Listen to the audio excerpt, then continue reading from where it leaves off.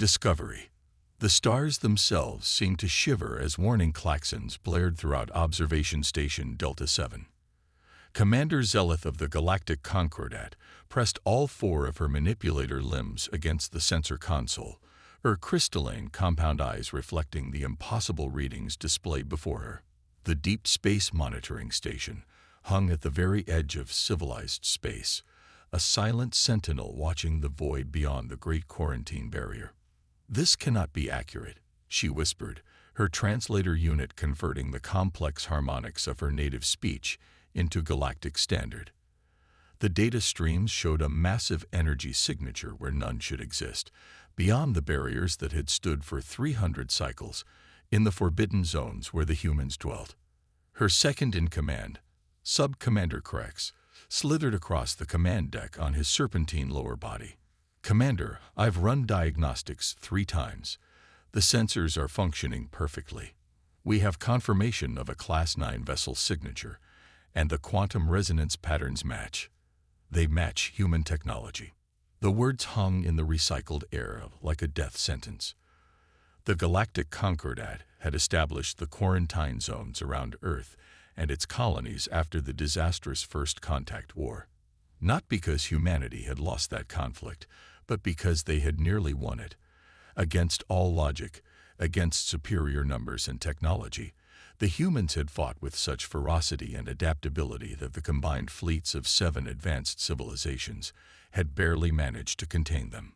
"Alert the High Council immediately," Zeleth commanded, her voice carrying the weight of impending catastrophe. "Priority 1 transmission.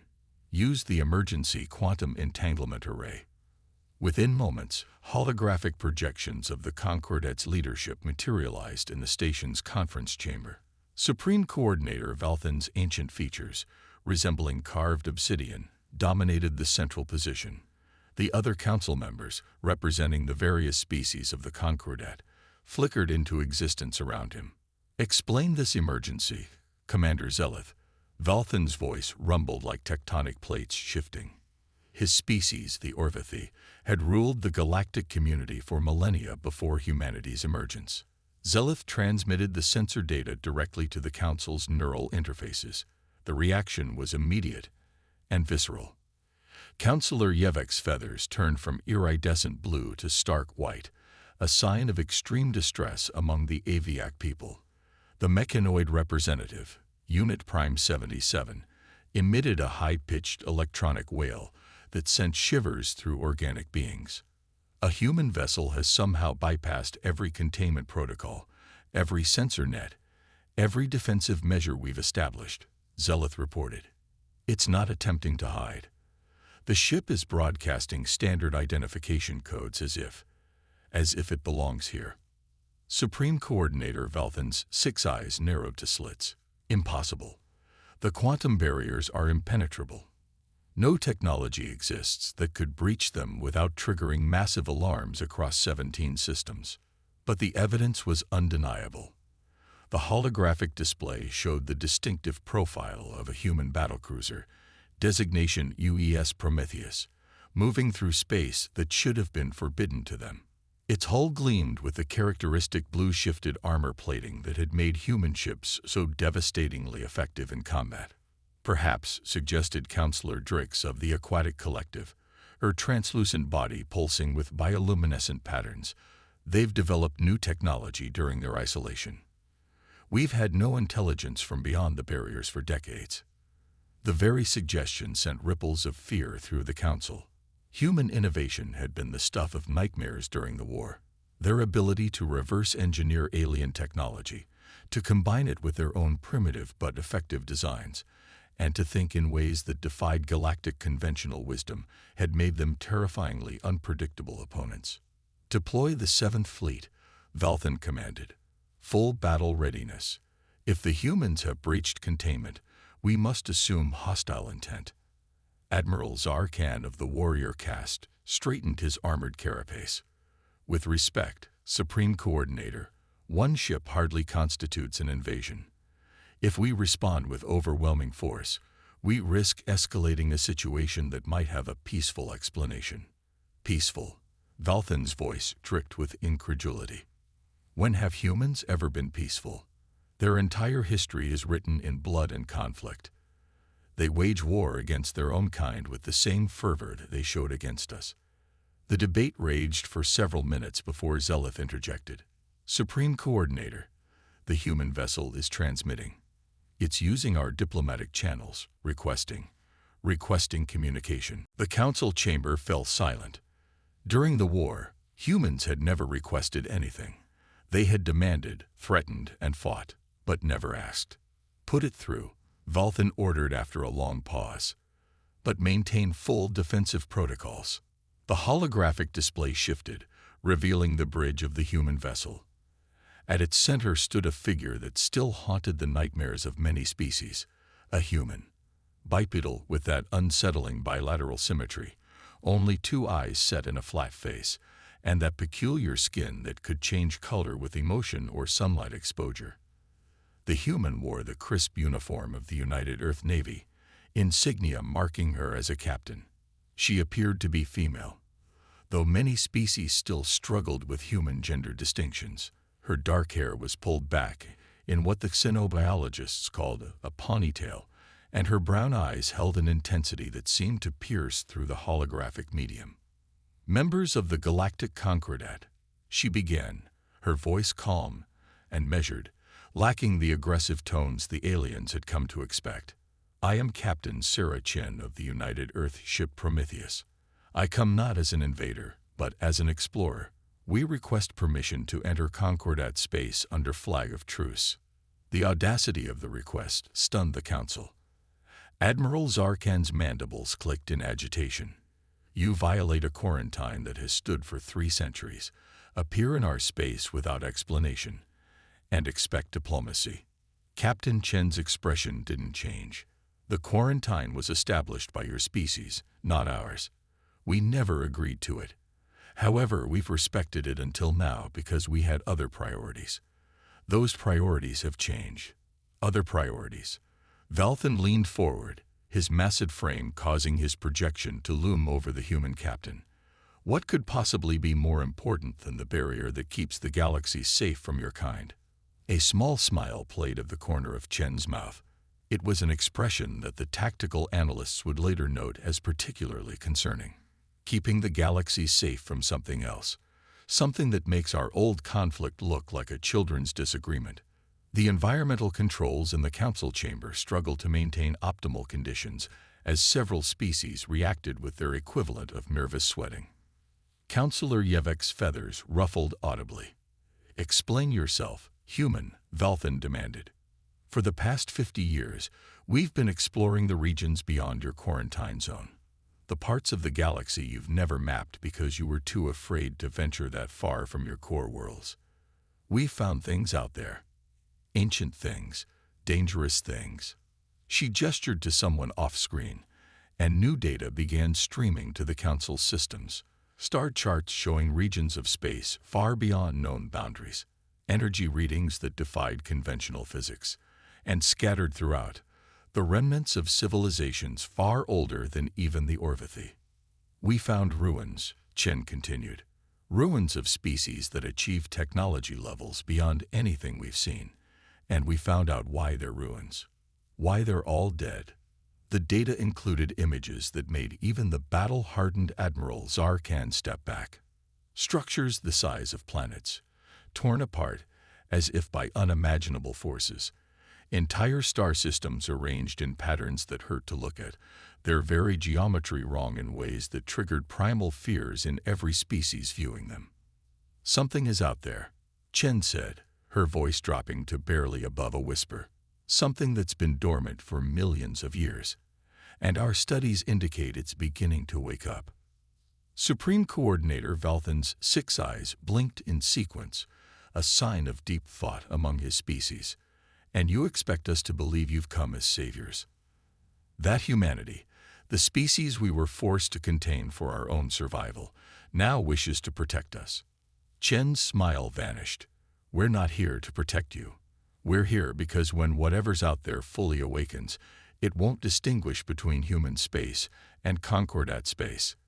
We call them the Devourers, Chen explained, showing readings from deep space probes. Not because they consume matter, but because they consume reality itself. They exist partially outside our dimension, only manifesting fully when they feed. The probe data showed distortions in spacetime that grew stronger over time. Mathematical models that predicted an exponential increase in activity. And most disturbing of all, signs that the quarantine barriers themselves were attracting their attention. Your containment fields generate specific quantum resonances, Chen said. Resonances that, according to the ancient texts we've decoded, are like beacons to these entities. In trying to contain us, you've essentially rung a dinner bell that's been getting louder for 300 years. The implications hit the Council like a physical blow. Their greatest achievement, the barrier that had kept humanity at bay, might have doomed them all. Admiral Zar Khan was the first to recover. Assuming we believe you, what do you propose? Joint exploration of the ancient sites, shared technology development, combined fleet operations to establish early warning systems in deep space. Chen's list was comprehensive, clearly prepared well in advance. And most importantly, the immediate dismantling of the quarantine barriers before they attract something we can't fight. You ask us to trust you, Valthan said slowly, to lower our defenses and work alongside the species we fear most. I ask you to survive, Chen replied. We've had 300 years to plot revenge, if that's what we wanted. We could have built fleets in secret, developed weapons you couldn't imagine. Instead, we chose to explore, to learn, to prepare for threats bigger than our old grievances. The captain stepped closer to the projection system, her image growing larger in the council chamber. We discovered something else in those ruins. Records of other species, ones that faced the Devourers before. Do you know what they all had in common? They were alone. Every single civilization that faced this threat by themselves was wiped out. She paused, letting the words sink in. But there were a few, just a few, who survived. They were the ones who put aside their differences, who combined their strengths, who fought together. The Devourers can be stopped, but not by any single species. Commander Zelith, who had been monitoring additional sensor data throughout the discussion, suddenly straightened. Supreme Coordinator, I'm detecting massive subspace distortions in Sector 97. Something is manifesting. The main display shifted to show long-range sensor data. In the empty space between stars, reality itself seemed to be twisting. Colors that shouldn't exist bled into normal space. Geometries that defied three-dimensional logic began to take shape. They're early, Captain Chen whispered, genuine fear flashing across her face for the first time. Our calculations suggested we had months, maybe years. The thing that emerged from the distortion was beautiful and terrible. It looked like a flower made of crystallized time, each petal a window into a different dimension. It pulsed with energies that made sensor systems scream in protest.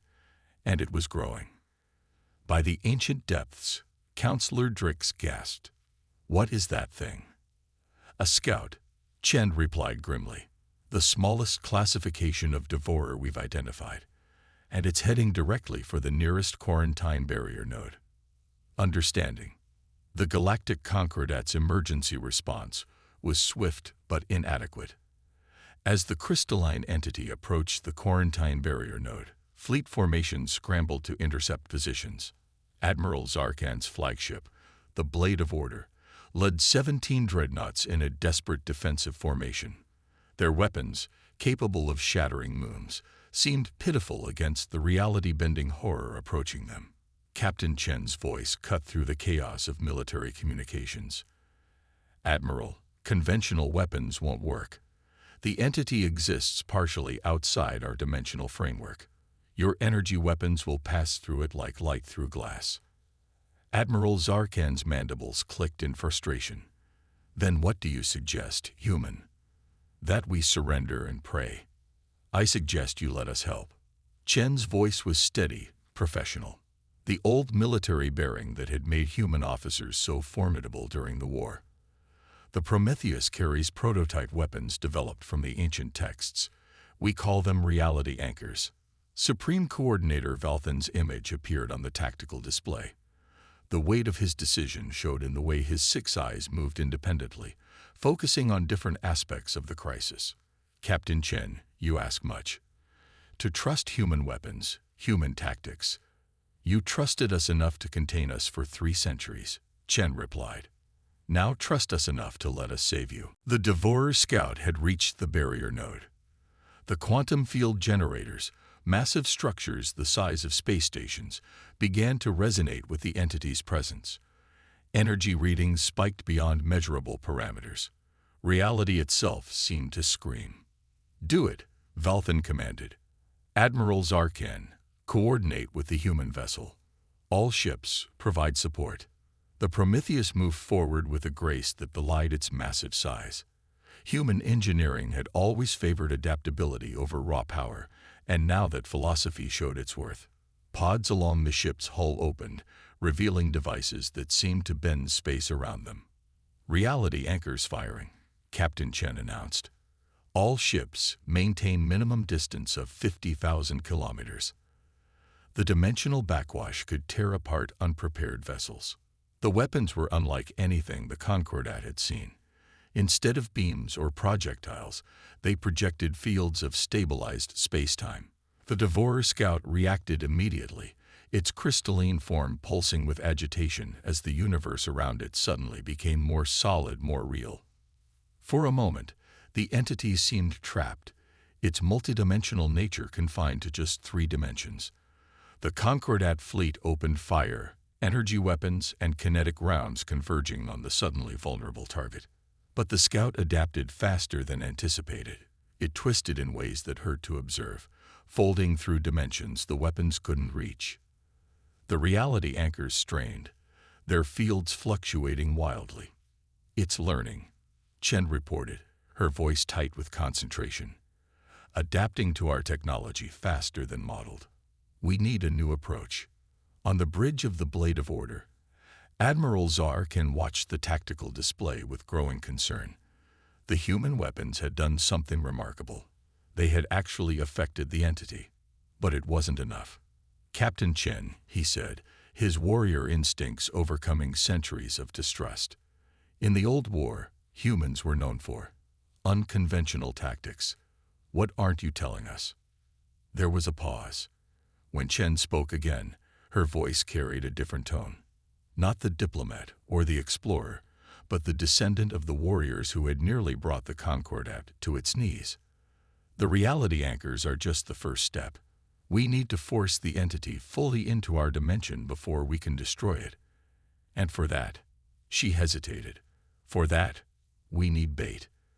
Understanding dawned on the assembled commanders like a cold sun. Sub-Commander Krex's scales shifted to a pattern of alarm. You need to use the barrier node itself. Draw the entity in completely. The barriers are already attracting it, Chen confirmed. If we modulate their frequency, create a resonance cascade, we can make it irresistible. The entity will be forced to manifest fully in our reality to feed. And when it does, we hit it with everything, Admiral Zarkan finished. There was something like respect in his tone now. A trap using our greatest defense as bait. Very human. The plan was dangerous beyond measure. If it failed, they would lose not just the barrier node, but potentially open a permanent rift for more Devourers to enter. But the alternative was watching the entity slowly dismantle their defenses anyway. Supreme Coordinator Valthan made the decision that would change galactic history. Do it. All ships prepare for close combat. Counselor Drix, evacuate all personnel from the barrier station. What followed was a dance of unprecedented cooperation. Concordat engineers worked with human specialists, their different approaches to technology creating solutions neither could have achieved alone. The barrier node's quantum generators were reconfigured in ways their designers had never imagined, following specifications derived from civilizations dead for eons. The Devourer scout sensed the change immediately. Its crystalline form pulsed with what might have been hunger or excitement. The twisted space around it began to stabilize as it pushed more of itself into normal reality, drawn by the irresistible lure of the modified barrier emissions. "It's working," Commander Zeleth reported from her station. "The entity is manifesting fully.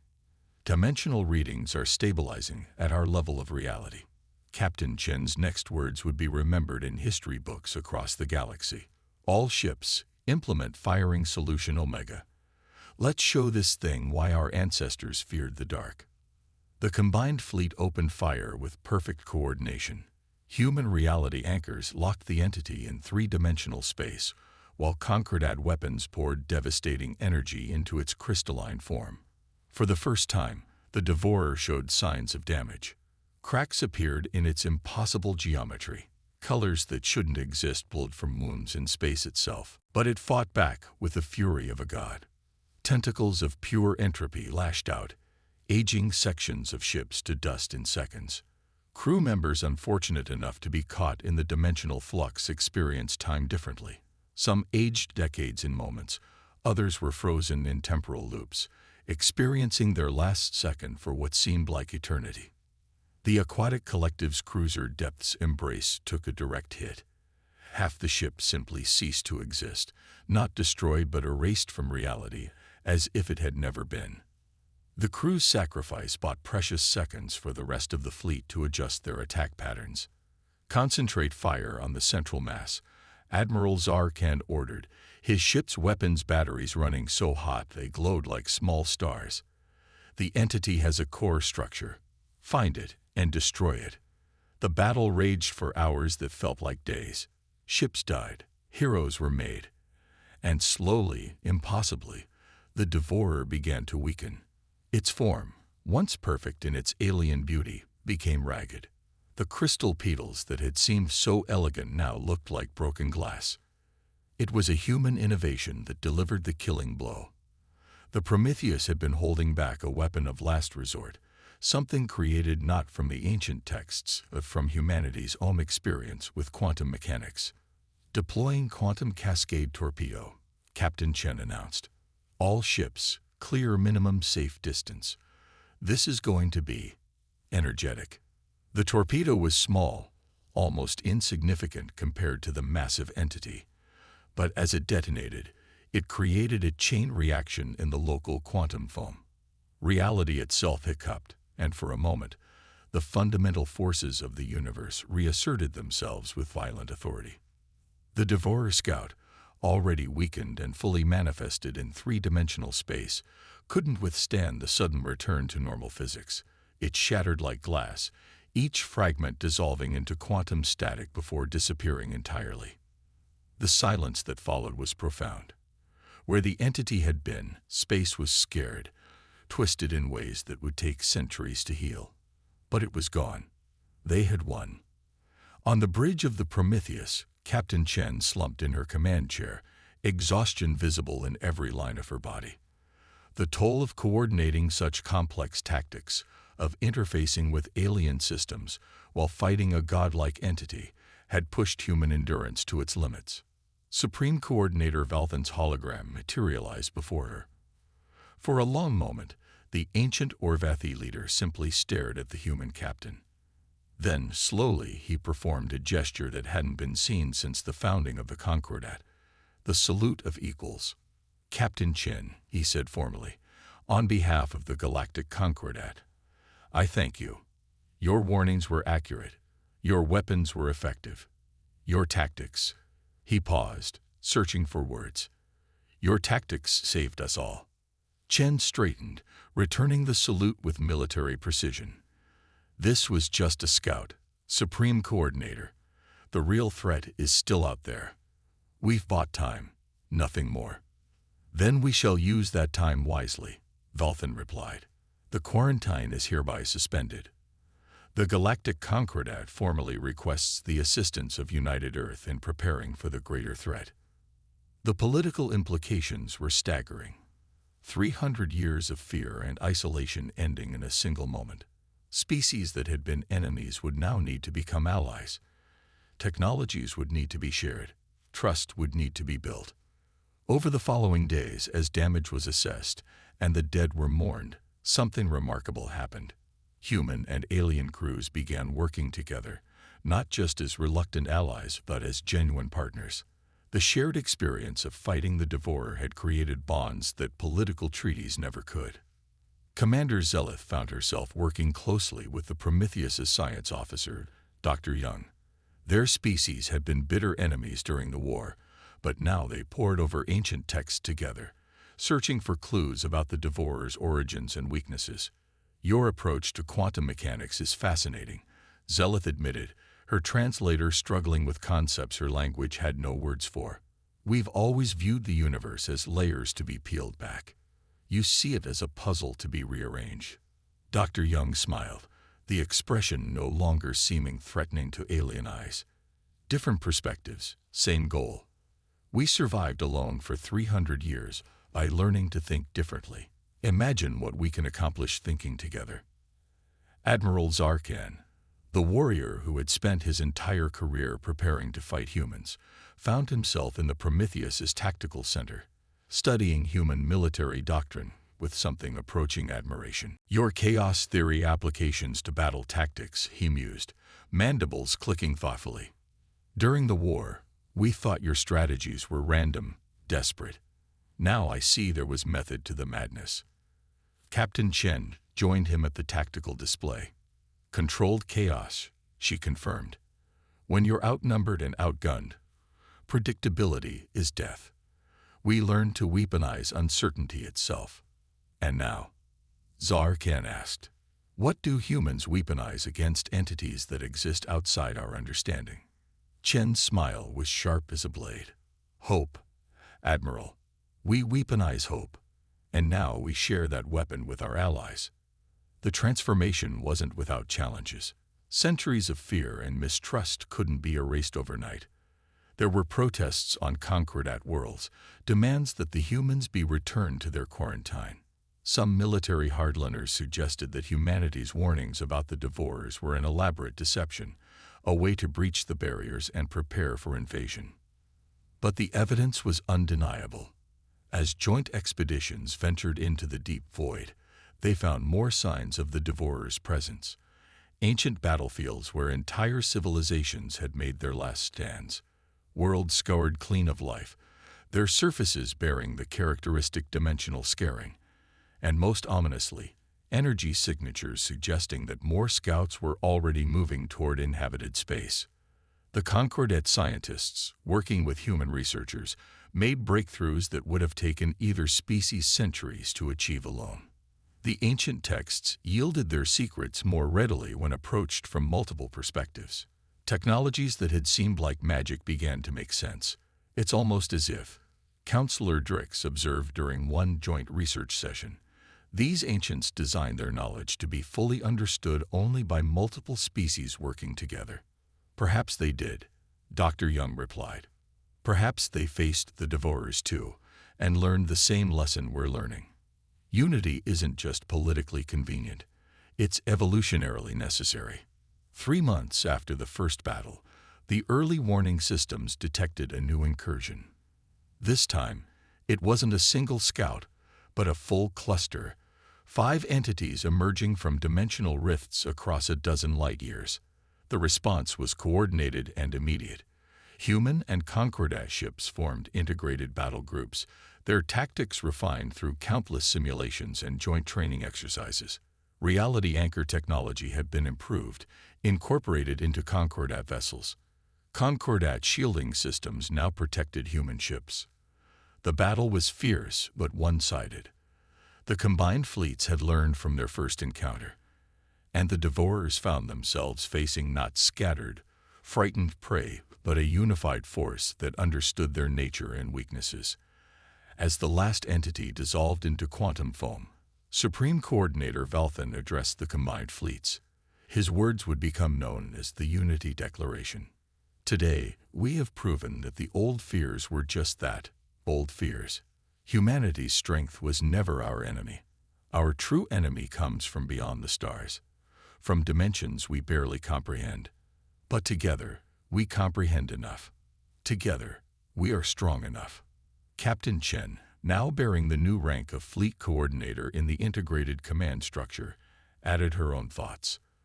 We spent 300 years behind your barriers, growing, learning, preparing. We could have prepared for war against you. Instead, we prepared for war alongside you, because we learned something in our isolation that perhaps the rest of the galaxy needs to understand. She paused, her gaze taking in the assembled beings of a dozen species. The universe is vast and full of terrors, but it's also full of wonders. And the greatest wonder is what we can accomplish when we face the darkness together. The Devourer War, as historians would later call it, had only just begun. But that first battle, that first moment of cooperation between former enemies, marked the end of one era and the beginning of another. The age of isolation was over. The age of unity had begun. In the depths of space, ancient machines stirred to life, responding to signals that hadn't been sent for millions of years. Defense networks designed by the very civilizations that had created the warning texts began to activate. Weapons beyond current understanding powered up, waiting for worthy hands to wield them. The galaxy had passed its first test. There would be others, each more difficult than the last. But for the first time in eons, the odds had shifted. The Devourers would not face scattered, isolated civilizations. They would face a united galaxy, one that had learned the most important lesson of all. Sometimes, the species you fear most is exactly the ally you need when facing the unknown. The stars still held their secrets, and the void between them still whispered of ancient horrors. But now, when the darkness came calling, it would find the lights of civilization burning bright and united, a beacon of defiance against the cosmic night. The quarantine barriers fell one by one, not in defeat but in triumph. Each deactivation was a celebration, a step toward a future where the children of Earth and stars would stand together. The galaxy would never be the same. And in the grand tapestry of cosmic history, it was a human hand that helped weave the threads of unity, proving that sometimes the greatest strength comes not from standing alone, but from having the courage to stand together. The Prometheus and the Blade of Order flew side by side into the unknown, their crews no longer divided by species or ancient fears, but united in purpose. Behind them, a galaxy prepared for war. Ahead of them, the infinite darkness waited, full of terrible wonders and beautiful horrors. But they faced it together, and that made all the difference.